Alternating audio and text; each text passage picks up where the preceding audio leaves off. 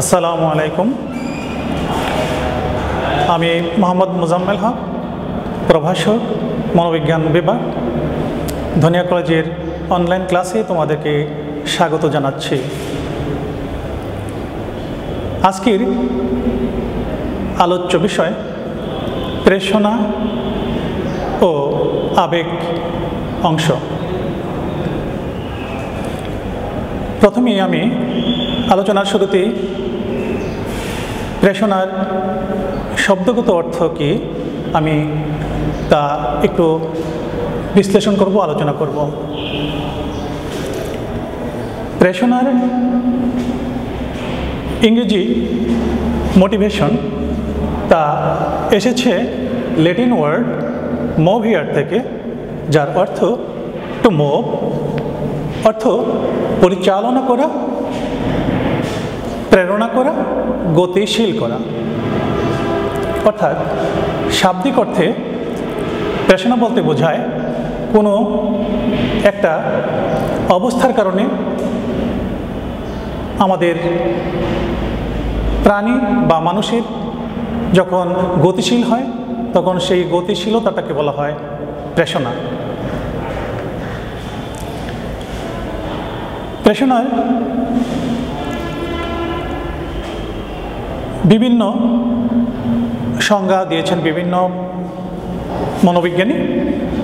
মনোবিজ্ঞানী ক্রাইডার বলেছেন, motivation can be defined as the desires, needs and interests that arise or activate an organism and direct it towards a specific goal. অর্থাৎ আকাঙ্ক্ষা, প্রয়োজন ও আগ্রহ যা প্রাণীকে গতিশীল করে তাই হলো প্রেষণা। জন এল ভোগেল বলেন, motivation refers to the processes that initiate, sustain and direct our behaviour. অর্থাৎ প্রেষণা হলো সেই প্রক্রিয়া যা আমাদের আচরণকে সূত্রপাত করে, সংরক্ষণ করে এবং পরিচালিত করে। মনোবিজ্ঞানী উইলিয়াম বাসকিস্ট অ্যান্ড জার্ভিং বলেন, motivation may be defined broadly as the cause of behaviour. অর্থাৎ মনোবিজ্ঞান হলো আচরণের কারণ। টলম্যান বলেন, motivation is the tendency to drive for goals. অর্থাৎ মনোবিজ্ঞান হলো লক্ষ্য অর্জনের প্রবণতা।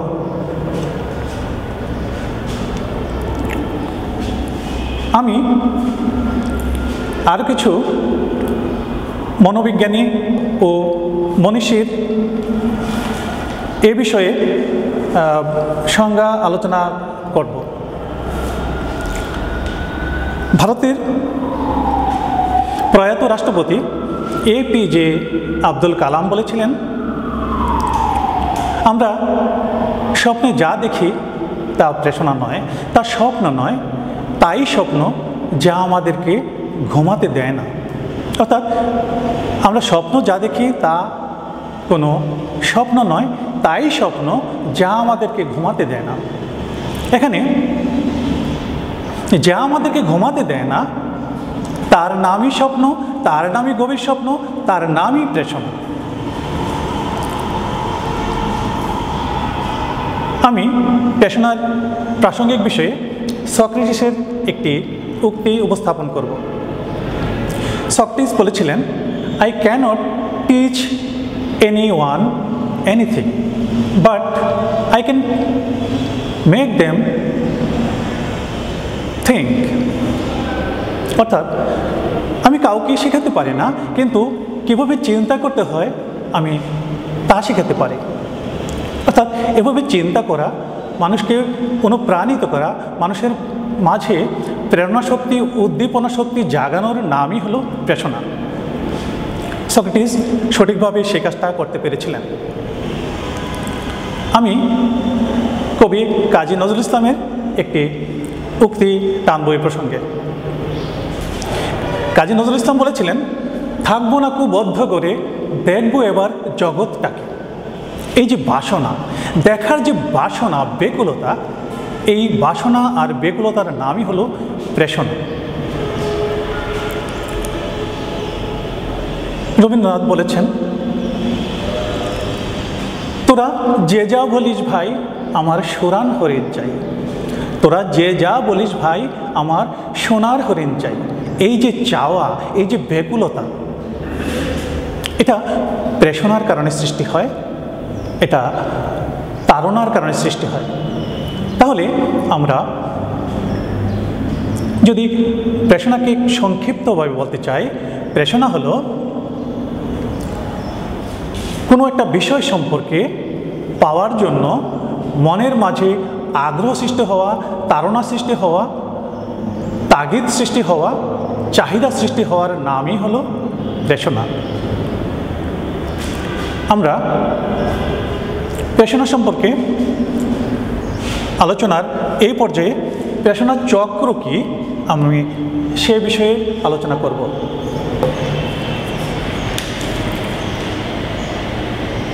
প্রেষণা একটি মনোদৈহিক শক্তি।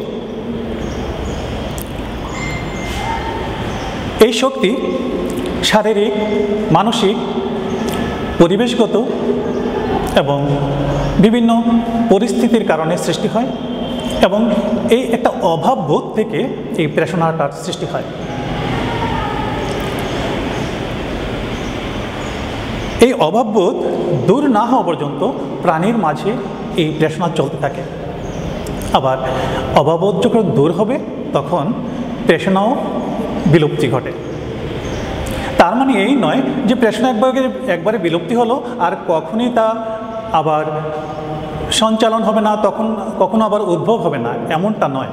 প্রেষণা একবার উদ্ভব হয়, তারপর আবার সেটা পরিসমাপ্তি হয়, তারপর পুনরায় কিছু সময়ের পর আবার সেটা সঞ্চালিত হয়, সেটা আবার উদ্ভব ঘটে, উন্মেষ ঘটে।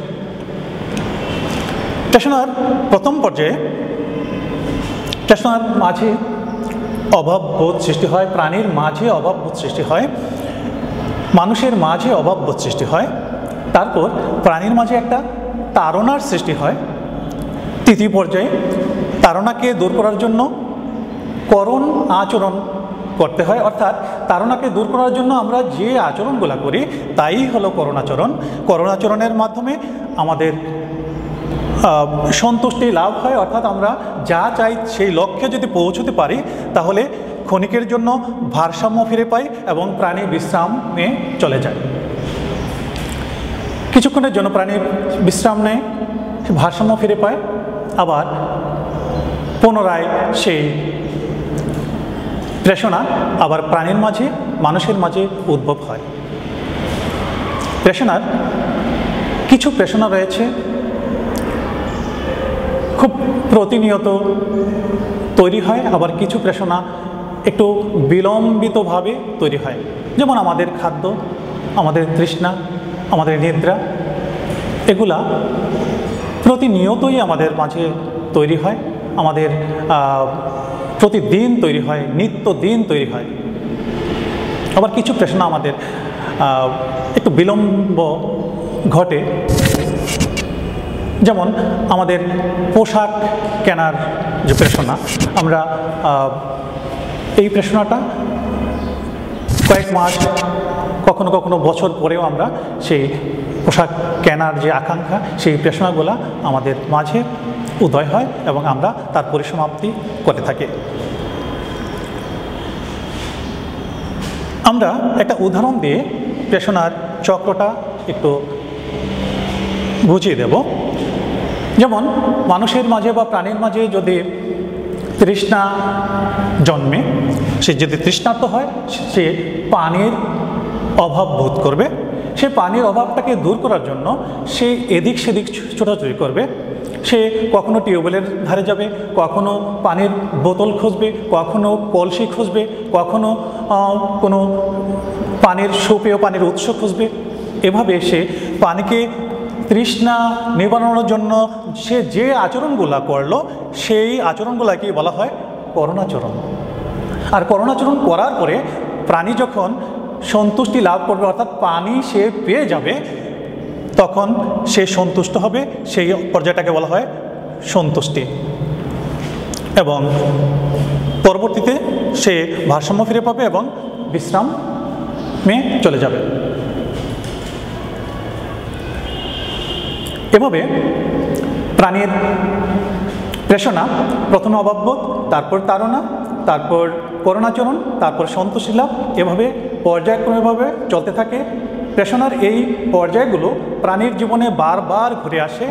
প্রাণীর এই পর্যায়ক্রমিক যে ধারা বা পর্যায়গুলোকে প্রেষণা চক্র বলে। পর্যায়ক্রমিক যে চক্র, এই চক্রটাই হলো প্রেষণা চক্র। আমরা প্রেষণার কয়েকটা বৈশিষ্ট্য নিয়ে আলোচনা করব এই পর্যায়ে। বিভিন্ন প্রেষণার কাম্যবস্তু বিভিন্ন রকম। যে তৃষ্ণার্ত সে পানি চাবে, যে ক্ষুধার্ত সে আহার চাবে, যে নিদ্রাহীন সে ঘুম চাবে, যে আশ্রয়হীন সে আশ্রয় চাবে, যে অনাথ সে সাহায্য চাবে, যে রুগ্ন সে চিকিৎসা চাবে, সেবা চাবে। অর্থাৎ বিভিন্ন কারণে যে আচরণ সৃষ্টি হয় সেই আচরণটাকে বলা হয় প্রেষিত আচরণ। প্রেষিত আচরণ অভাববোধ থেকে তৈরি হয়, চাহিদা থেকে তৈরি হয়। সেই প্রেষিত আচরণের কতগুলো বৈশিষ্ট্য লক্ষ্য করা যায়। যেমন প্রেষিত আচরণ নির্বাচনমুখী, প্রেষিত আচরণ উদ্দেশ্যমূলক, প্রেষিত আচরণ ভারসাম্যমূলক, প্রেষিত আচরণ আভ্যন্তরীণভাবে সৃষ্টি হয়, প্রেষিত আচরণ দীর্ঘস্থায়ী। প্রথমে একটু আলোচনা করি যে প্রেষিত আচরণ উদ্দেশ্যমূলক। যার তৃষ্ণা পেয়েছে সে পানি খুঁজবে, পানির উদ্দেশ্যে সে তাড়িত হবে, চালিত হবে, ধাবিত হবে। যে ক্ষুধার্ত সে খাদ্যের দিকে যাবে, অর্থাৎ নির্দিষ্ট প্রেষণাকে সে নির্বাচন করে। অর্থাৎ প্রাণী যখন কোনো বস্তুর দিকে ধাবিত হয়, চাহিদার দিকে ধাবিত হয়, তার যে চাহিদাটা তার মাঝে উৎপত্তি হয় সেই চাহিদাকে লক্ষ্য করে সে সেই প্রেষণার দিকে ধাবিত হয়, প্রেষণা পূরণের দিকে ধাবিত হয়, প্রেষণার পূরণের জন্য আচরণ করে। 2 নম্বর যে পয়েন্ট সেটা হলো প্রেষণা নির্বাচনমূলক। অর্থাৎ আমার মাঝে, আমার চারিপাশে অনেক ধরনের প্রেষণা থাকতে পারে, উদ্দীপক থাকতে পারে। আমার মাঝে যে প্রেষণার উদ্ভব, আমি সেই প্রেষণা নিবারণের জন্য সেই আচরণটা করব, অন্য আচরণ করব না। আমার পেটে খিদা থাকলে আমি নিশ্চয়ই সিনেমার কথা আমার মনে পড়বে না, সিনেমা দেখার জন্য আমি যাব না। আমার যদি তৃষ্ণা হয় আমি নিশ্চয়ই খাবার চাবো না, আমি তৃষ্ণা নিবারণ করার জন্য পানি চাবো। সেই জন্য বলা হয় প্রেষণা নির্বাচনমূলক। তৃতীয় যে পয়েন্ট, যে প্রেষণা ভারসাম্য রক্ষা করে। যে প্রাণীর মাঝে প্রেষণা সৃষ্টি হয় সেই প্রেষণা নিবারণের জন্য প্রাণী এদিক সেদিক ঘোরাফেরা করে, আচরণ করে। সেই প্রেষণা নিবারণের জন্য, প্রেষণা দূর করার জন্য, তার চাহিদা দূর করার জন্য, তার অস্থিরতা দূর করার জন্য প্রাণী বিভিন্নভাবে ছোটাছুটি করে তার প্রেষণা পরিতৃপ্ত করে, অর্থাৎ তার চাহিদাটা পরিতৃপ্ত করে, তার চাহিদাটা পূরণ করে। ফলে প্রেষণার পরিতৃপ্তির ফলে তার মাঝে, প্রাণীর মাঝে ভারসাম্য ফিরে আসে। প্রেষিত আচরণের আরেকটা বৈশিষ্ট্য হলো প্রেষিত আচরণ আভ্যন্তরীণভাবে সৃষ্টি হয়। বাহিরে উদ্দীপক, ভিতরে প্রেরণা, তারই নাম প্রেষণা।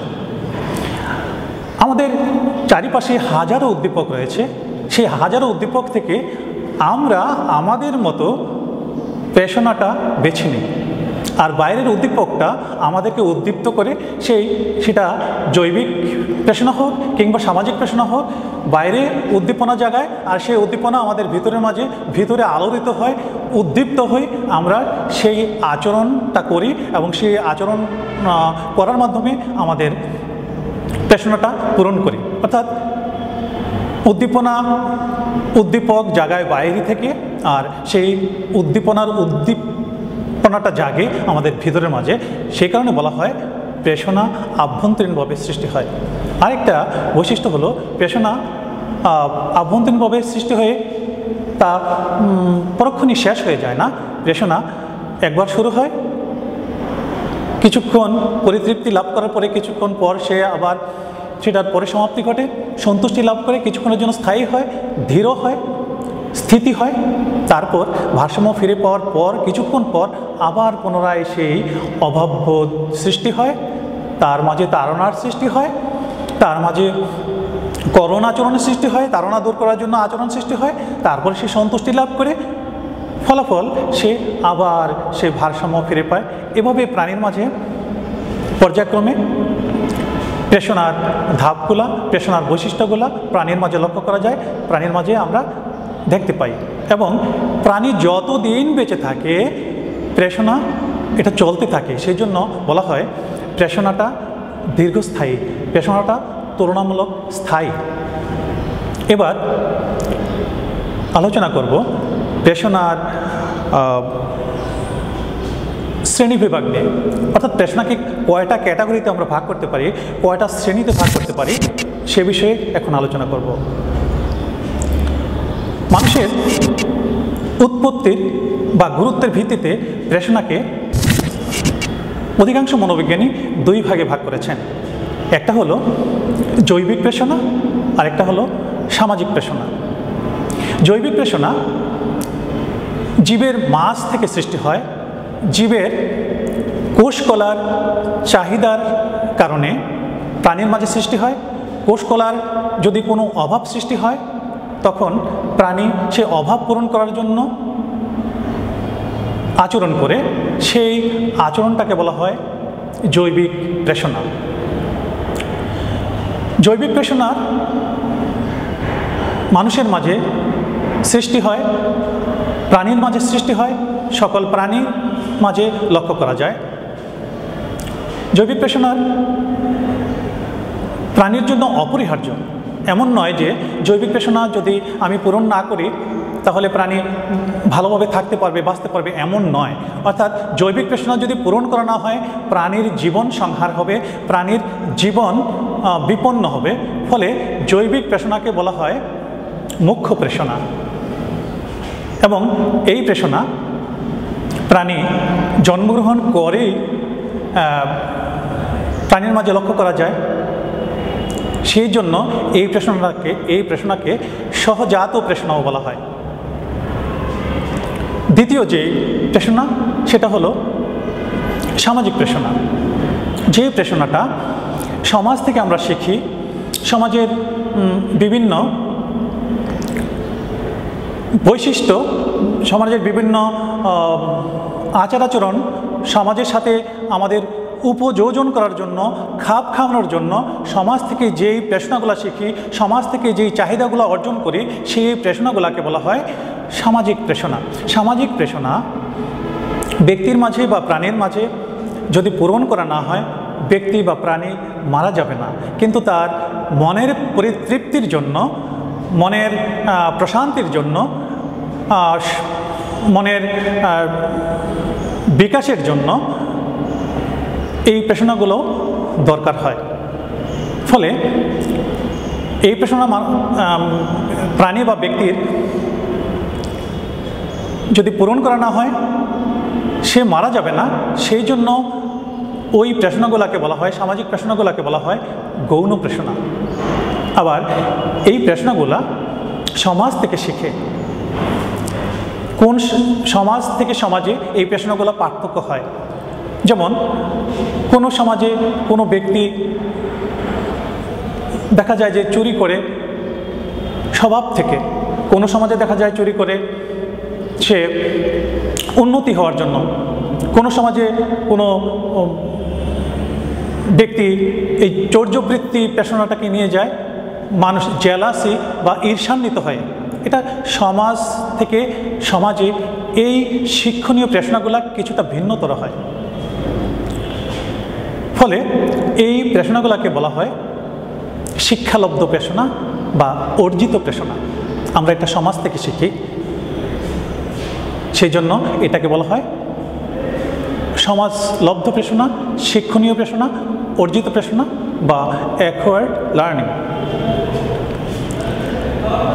সামাজিক পেশনা কতগুলা? অনেক অনেক সামাজিক পেশনা, শত শত সামাজিক পেশনা লক্ষ্য করা যায়। তার মাঝে কতগুলো মৌলিক সামাজিক পেশনা আমি উপস্থাপন করব। মৌলিক সামাজিক পেশনার মধ্যে নিরাপত্তা, যৌথচারিতা, কৃতি পেশনা, খ্যাতি লাভের পেশনা, স্বীকৃতির পেশনা, পদমর্যাদার পেশনা, নেতৃত্বের পেশনা, এই পেশনাগুলো অন্যতম। একটু আলোচনা করি। নিরাপত্তার পেশনা। আমরা মানুষ পরস্পর একসাথে বসবাস করি, নিরাপদ বোধ করি বলে। অর্থাৎ এই যে নিরাপত্তা বোধ, সেটা আমরা সেই প্রাচীন কাল থেকে, সেই প্রস্তর যুগের আগে, সেই প্রাগৈতিহাসিক কাল থেকে আমরা একত্রে বসবাস করে এসেছি। সেই নিরাপত্তা বোধ থেকে একই সাথে আমরা মানুষকে নিরাপত্তা দেওয়ার জন্য, ব্যক্তিকে নিরাপত্তা দেওয়ার জন্য, প্রাণীর নিরাপত্তা পাওয়ার জন্য একত্রে বসবাস করে আসছে। সে প্রাচীনকালে মানুষ প্রাণীর আক্রমণ থেকে রক্ষা পাওয়ার জন্য কিংবা অন্য কোনো দলের সংঘবদ্ধ আক্রমণকে প্রতিরোধ করার জন্য মানুষ একত্রে বসবাস করে আসছিল। বর্তমান যুগেও মানুষ নিরাপত্তা বোধের জন্য মানুষ টিনের ঘর থেকে বিল্ডিং, বিল্ডিং থেকে নিরাপত্তা সুরক্ষী আরও প্রাসাদ, এই জাতীয় বানিয়ে আসছে নিরাপত্তা বোধ থেকে। অর্থাৎ এই যে কর্মকাণ্ড, এই যে কর্মচাঞ্চল্যতা, এটা নিরাপত্তা বোধ থেকে মানুষের মাঝে লক্ষ্য করা যায়। দ্বিতীয় আরেকটা বৈশিষ্ট্য আমি আলোচনা করব, সেটা হলো যৌথচারিতা। যৌথচারিতা হলো একটা প্রাণীর সাথে আরেকটা প্রাণীর, একটা মানুষের সাথে আরেকটা মানুষের একত্রে বসবাস করার অভ্যাস বা রীতি। এই যে অভ্যাস, বাবার সাথে ছেলে একত্রে বসবাস করবে, ছেলের সাথে মেয়ে একত্রে বসবাস করবে, এক প্রতিবেশীর সাথে আরেক প্রতিবেশী একত্রে বসবাস করবে, এই দেশের মানুষের সাথে আরেক দেশের মানুষ একত্রে বসবাস করবে। এই যে রীতি, এই যে মানুষের সাথে মানুষের বসবাস করার যে রীতি, যে প্রবণতা, এই প্রবণতাটাকেই বলা হয় যৌথচারিতা। মানুষ বনে বাস করতে পারে না, কারণ মানুষ সামাজিক জীব এবং যৌথচারী জীব বলে সে একটা মানুষের সাথে আরেকটা মানুষ বসবাস করতে চায়। তাহলে কৃতি পেশনা, কৃতি পেশনা মানুষ বড় কিছু করে সুনাম অর্জন করতে চায়, কৃতিত্ব অর্জন করতে চায়। এই চাহিদাটাও মানুষের একটা পেশনা অংশ। অর্থাৎ পেশনার কারণে আমরা মানুষ বিভিন্ন কৃতিত্ব অর্জন করে, সুনাম অর্জন করে মানুষের প্রশংসা করাতে চায়। এইটাও একটা মানুষের চাহিদা। তারপরে আলোচনা করা যায় খ্যাতি লাভের পেশনা। খ্যাতি লাভ করে মানুষ বিভিন্ন কাজ যে অংশগ্রহণ করে খ্যাতি লাভ করে এবং বিভিন্ন মানুষের প্রশংসা করিয়ে থাকে, এবং সেই প্রশংসা পাওয়া একটা মানুষের সহজাত পেশনা, এটা মানুষের সামাজিক পেশনা। ফলে এই সামাজিক পেশনা দুর্বল হলেও মানুষের মাঝে লক্ষ্য করা যায়। আরেকটা পেশনা লক্ষ্য করা যায়, সেটা হলো স্বীকৃতির পেশনা। কোনো মানুষ কোনো কাজ করলো, সেটা স্বীকৃতি দেয়, এটা সে চায়। কোনো ক্লাসে শিক্ষক প্রশ্ন করলে ওই ছাত্র তৎক্ষণাৎ দাঁড়িয়ে সে স্বীকৃতি পেতে চায় যে সে ভালো ছাত্র। এভাবে সমাজে আমরা বিভিন্ন কাজকর্ম করে, বিভিন্ন আচার আচরণ করে আমরা স্বীকৃতি লাভ করতে চাই। এটা মানুষের একটা সামাজিক প্রেরণা, সামাজিক চাহিদা। আরেকটা বৈশিষ্ট্য লক্ষ্য করা যায়, বৈশিষ্ট্য বলা যায়, সেটা হলো পদমর্যাদা। আমি বা মানুষ বিভিন্ন পদে, মর্যাদাপ্রাপ্ত পদে, মর্যাদাশীল পদে আসীন হতে চায় এবং সে মর্যাদা সম্পন্ন পদে আসীন হওয়ার জন্য সে পরিশ্রম করে এবং সে বিভিন্ন রকমের আচরণ করে। সেই একটা বাচ্চার জন্য একটা সুন্দর পোশাক পাওয়া, পোশাক অর্জন করা একটা মর্যাদাশীল পেশনা। আবার সাধারণ মানুষ যারা মধ্যবিত্ত শ্রেণীর, তারা নানান রকম গহনা সংগ্রহ করে সে মর্যাদাশীল হতে চায়, মর্যাদাপ্রাপ্ত হতে চায়। আবার যারা উচ্চবিত্ত, তারা বড় বড় গাড়ি, পোর্সে গাড়ি, BMW গাড়ি, লিমোজিন গাড়ি অর্জন করে সামাজিক মর্যাদা বৃদ্ধি করতে চায়। এভাবে সেই সামাজিক মর্যাদা বৃদ্ধি করার জন্য পিছনে বিভিন্ন আচরণ করে থাকে, বিভিন্ন পরিশ্রম করে থাকে, তার আচরণগুলা সেভাবে পরিচালিত করে থাকে। অর্থাৎ সেই প্রেরণাগুলা আমাদের আচরণকে বিভিন্নভাবে নিয়ন্ত্রণ করে থাকে। এই প্রেরণার কারণে আমরা নিয়ন্ত্রিত হই, আমাদের আচরণগুলা প্রেরণার লক্ষ্যে পরিচালিত হয়। এবার আলোচনা করব প্রেরণার ভারসাম্য নীতি নিয়ে। বিখ্যাত শরীরবিজ্ঞানী ক্যানন বলেছেন যে আমাদের শরীরে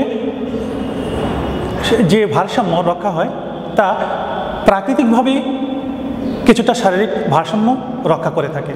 যেমন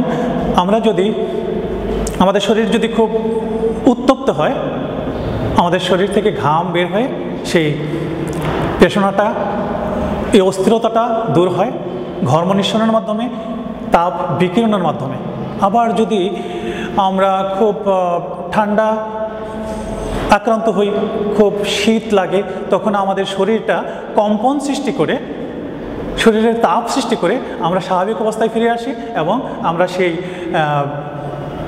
সেই নেগেটিভ প্রেরণা থেকে আমরা মুক্তি পেতে চাই। এখন আরেকটা বিষয় নিয়ে আলোচনা করা যায়। আমাদের যদি ক্ষুধা লাগে, সেই ক্ষুধার যেই প্রেরণা, সেটা মস্তিষ্কের হাইপোথ্যালামাসে আমাদের গ্লুকোজ রিসেপ্টর রয়েছে। সেই গ্লুকোজ রিসেপ্টর আমাদের শরীরের শক্তির পরিমাণ, গ্লুকোজের পরিমাণ নির্ধারণ করে এবং সেই সিগন্যাল সে পাকস্থলীতে পাঠায়। যদি কম হয়, সে সিগন্যাল পাকস্থলীতে পাঠায় যে খাদ্যের দরকার, তখন আমরা খাওয়ার জন্য তৎপর হই, আমরা খাওয়ার জন্য অস্থির হই, আমাদের খাওয়ার জন্য তাড়নার সৃষ্টি হয়। আবার খাদ্য গ্রহণের পর আমাদের খাদ্য যখন পাকস্থলীর স্মল ইন্টেস্টাইন বা ক্ষুদ্রান্তে পৌঁছে, তখন সেই পাকস্থলীর ক্ষুদ্রান্তে কোলোসিস্টোকাইনিন নামে এক রকমের হরমোন নিঃসৃত হয়, যার ফলে কোলোসিস্টোকাইনিন মস্তিষ্ককে স্টপ ইটিং সিগন্যাল পাঠিয়ে দেয়। ফলে আমরা খাওয়ার প্রতি আগ্রহ কমে যায়, আমরা খেতে পারি না। এভাবে আমরা খাদ্য এবং তৃষ্ণা বা শারীরিক বিভিন্ন তৃষ্ণাগুলো আমরা মিটিয়ে থাকি প্রাকৃতিক উপায়ে, প্রাকৃতিক পদ্ধতিতে।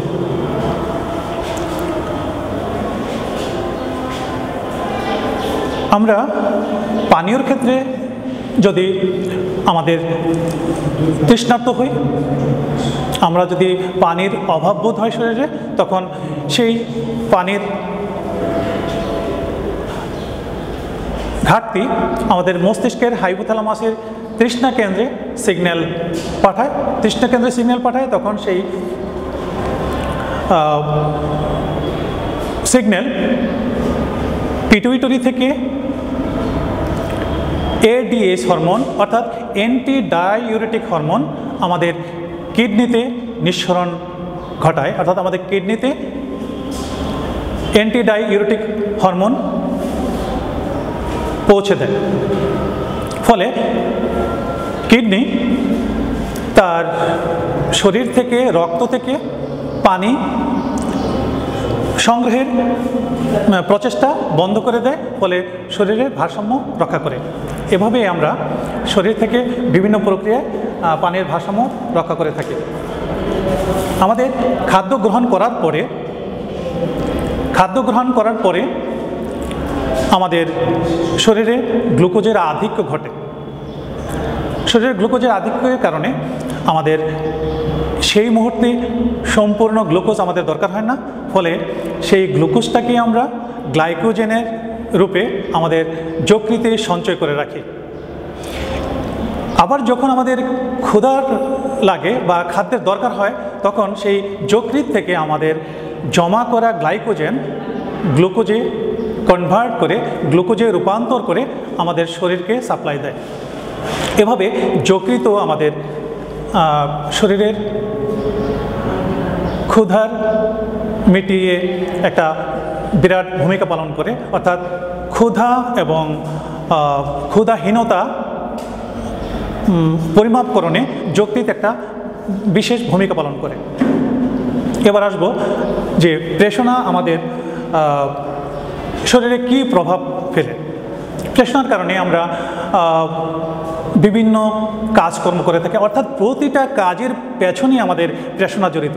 আমরা যা কিছু করি না কেন, প্রত্যেকটা কাজের পেছনে প্রেষণা জড়িত। আমরা রাত্রে ঘুমাতে যাই প্রেষণার কারণে, আমরা ঘুম থেকে উঠি প্রেষণার কারণে, আমরা নাস্তা করতে যাই প্রেষণার কারণে, আমরা অফিস আদালতে স্কুলে যাই প্রেষণার কারণে, আমরা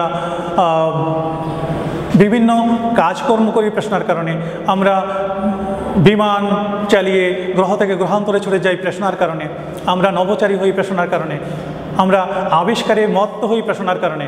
অর্থাৎ প্রতিটা কাজ কর্মের পিছনে প্রেষণা জড়িত। প্রেষণা না থাকলে আমাদের শরীর নিস্তেজ হবে, আমাদের সভ্যতা স্থবির হয়ে যাবে, আমাদের সভ্যতা স্থবির হবে, আমাদের উন্নতি, আমাদের বিজ্ঞান, আমাদের প্রযুক্তি থেমে যাবে। সুতরাং প্রেষণা আমরা আকাঙ্ক্ষা করি, প্রেষণাকে লালন করি, প্রেষণাকে ধারণ করি, প্রেষণাকে আমরা পেতে চাই, প্রেষণাকে আমরা ধারণ করতে চাই। সেই কারণে এখন আমরা আলোচনায় আসতে পারি যে প্রেষণা কি আমাদের জন্য দরকার?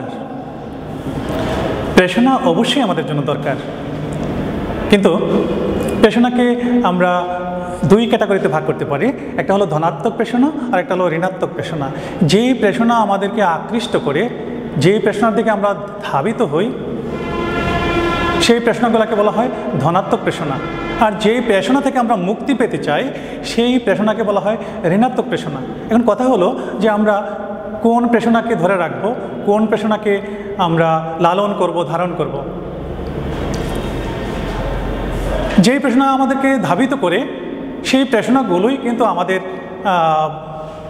কার্যকরী প্রেষণা নাও হইতে পারে। ফলে অনেক সময় অতিরিক্ত আকাঙ্ক্ষার কারণে, অতিরিক্ত প্রেষণার কারণে, অতিরিক্ত পদমর্যাদার জনিত প্রেষণার কারণে, কৃতি প্রেষণার কারণে মানুষ অনেক সময় অসৎ পথে ধাবিত হয়। আমরা অসৎ পথে ধাবিত হই এমন প্রেষণা আমরা আকাঙ্ক্ষা করব না।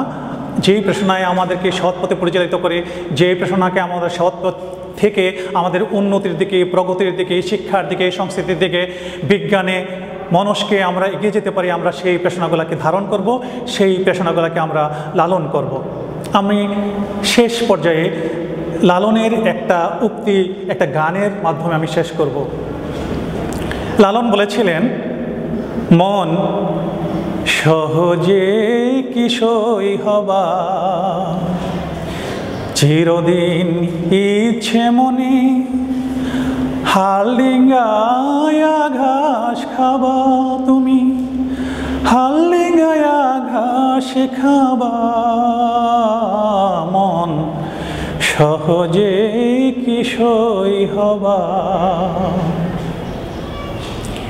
এখানে খারাপ প্রেষণাকে দমন করার জন্য লালন ইঙ্গিত দিয়েছেন। আমরা আশা রাখি সবাই আমরা ভালো প্রেষণার জড়িত হব, ভালো প্রেষণাকে আমরা উৎসাহ যোগাবো, ভালো প্রেষণা আমরা লালন করব, ধারণ করব, জীবনকে উন্নত করব, জীবনকে সুন্নত করব, দেশকে উন্নত করব, পৃথিবীকে আমরা সৌন্দর্যমণ্ডিত করব। ধন্যবাদ সবাইকে, ধন্যবাদ মনোবিজ্ঞানের ছাত্রদেরকে।